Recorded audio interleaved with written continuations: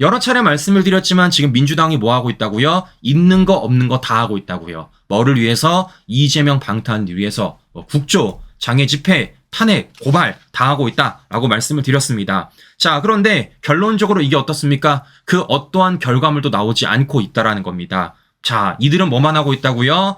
논리적으로, 법리적으로 따지는 게 아니라 무조건 여론전밖에 없다라고 제가 말씀을 드렸습니다. 그런 가운데 이들이 최근에 공들이고 있는 게 무엇입니까? 바로 장애 집회죠.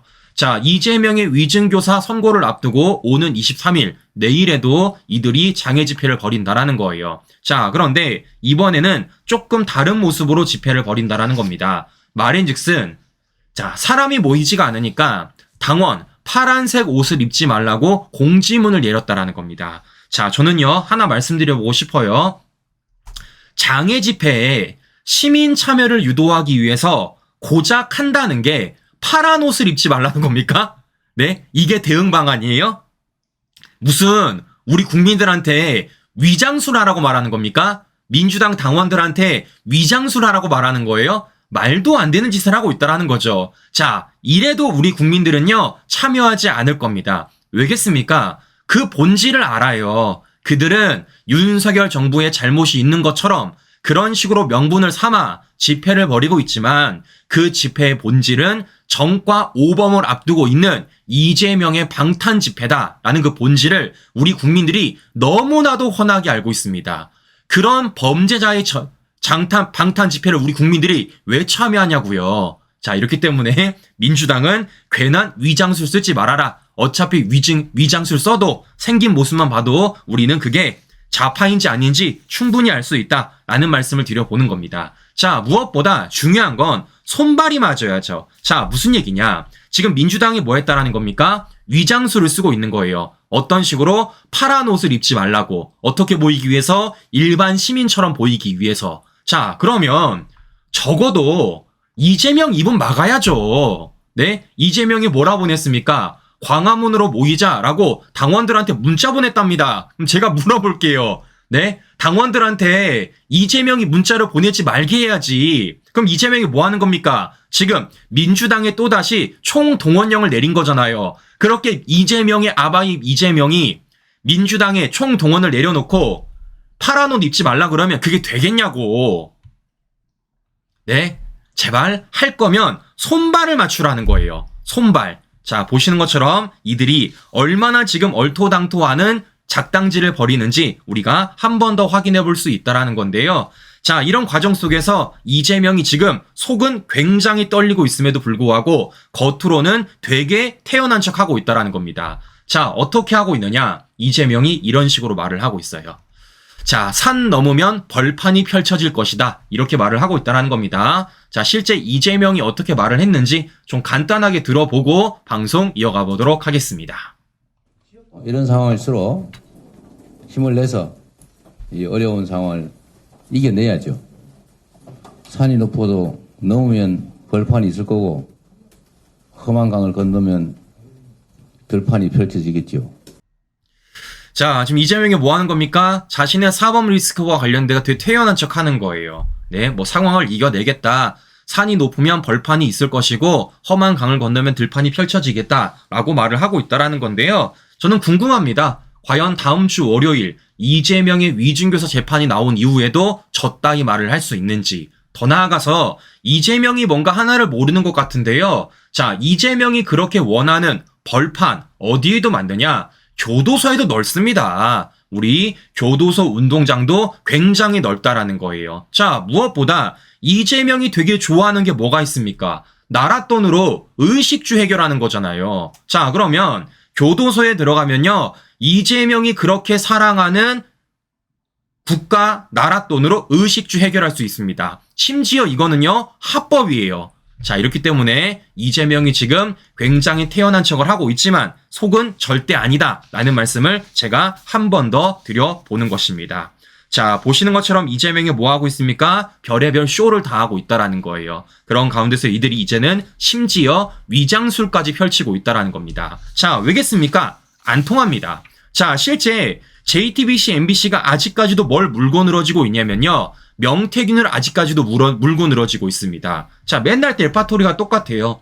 자, 보시는 것처럼 어떻습니까? JTBC 단독 달았고, 마치 명태균 핸드폰이 뭔가 있는 것처럼 뉘앙스를 풍기고 어떤 식으로 타이틀 달고 있어요? 윤 후보라고 달고 있는 거죠. 또 뭐라고 말합니까? 자, 윤 캠프 관계자라고 달고 있는 겁니다. 그러니까 마치 윤 대통령 관련돼서 뭔가가 있는 것처럼 계속해서 연기를 피우는 겁니다. 자, 이거는요, MBC도 마찬가지예요. 또다시 단독 달고 있고, 윤 대통령 거론을 하면서 타이틀 어떻게 달고 있습니까? 윤 부부 녹취라고 달고 있고, 이와 관련돼서 자, 또다시 뭔가 있는 것처럼 그런 식으로 연기를 피우고 있다라는 겁니다. 자, 그런데 저는 여러 차례 말씀을 드렸지만 명태균 사건에 있어서 주인공은 누구라고요? 바로 이준석이다 라고 저는 여러 차례 말씀을 드렸습니다. 자, 아니나 다를까 최근에 어떤 언론 보도가 나오냐면요, 이런 언론 보도가 나오고 있어요. 단독 인터뷰, 명태균 부인 이준석 때문에 우리 일상이 다 망가졌다라는 겁니다. 자, 실제 명태균 부인에 따르면 이렇다라는 겁니다. 물어봤어요. 어떻게 보면 이준석이 명태균 씨의 존재를 세상에 알렸다라고 말을 하고 있다라는 겁니다. 자, 그럼 왜겠습니까? 준석이가 자신의 정치적 목적을 위해서 뉴스토마토에다 뿌렸기 때문이죠. 뉴스토마토 기자랑 말도 안 되는 공작을 벌였기 때문에 이런 일이 벌어지게 된 것이고, 중요한 건 그 화살을 윤 대통령 부부에게 전하려고 했지만 결론적으로 어떠라는 겁니까? 그 화살을 이준석도 함께 맞고 있다라는 겁니다. 오히려 준석이가 되치기 당하고 있다라는 거죠. 자, 그런데도 불구하고 뭐 하는 겁니까? 편향된 언론들은 계속해서 그 화살이 준석이가 아니라 윤 대통령 부부에게 향하도록 노력을 하고 있지만 그 노력이 전혀 먹히지 않는다라는 말씀을 드려보는 겁니다. 자, 실제 명태균 씨 부인에 따르면 이런 말을 하고 있습니다. 명태균 씨가 대통령 부부에 관해 폭로할 게 있다는 투로 말하기도 했다. 더 폭로할 게 있나? 없다. 있었으면 좋겠지만 신랑의 의중을 모르겠다. 빨리 만나서 물어보고 싶다. 어떻게 할 건지. 구치소에 들어가고 나면 이렇게 저렇게 하겠다는 계획이 있었으면 저도 좋겠는데 아무것도 없다. 일이 이렇게 커지니까 저도 무서웠다. 오죽했으면 제가 신랑한테 나중에 이 정권 끝나면 당신 잡혀가는 거 아니냐? 민주당이 공익제보자 해서 가지고 있는 것을 다 폭로하자 그랬는데 신랑은 폭로는 무슨 폭로냐? 폭로할 게 어디 있느냐고 하더라 라고 말을 하고 있다라는 겁니다. 자, 그러니까 지금 구속된 명태균이 자신의 부인한테도 윤 대통령 관련된 내용은 더 없다. 폭로할 거 없다. 그래서 내가 민주당한테 흘릴 것도 없다. 라고 말을 하고 있다라는 겁니다. 반면 뭐는 많다라는 거예요? 준석이 관련된 건 굉장히 많다라는 겁니다. 자, 이렇기 때문에 지금 특정 언론사들이 계속해서 이준석을 주인공을 삼지 않으려고 하고 있지만 이 사안에 있어서 확실하게 주인공은 이준석이다 라는 말씀을 제가 한 번 더 드려보는 것입니다. 자, 왜겠습니까? 지금 하나하나 해결되고 있기 때문이에요. 잘 생각해 보세요.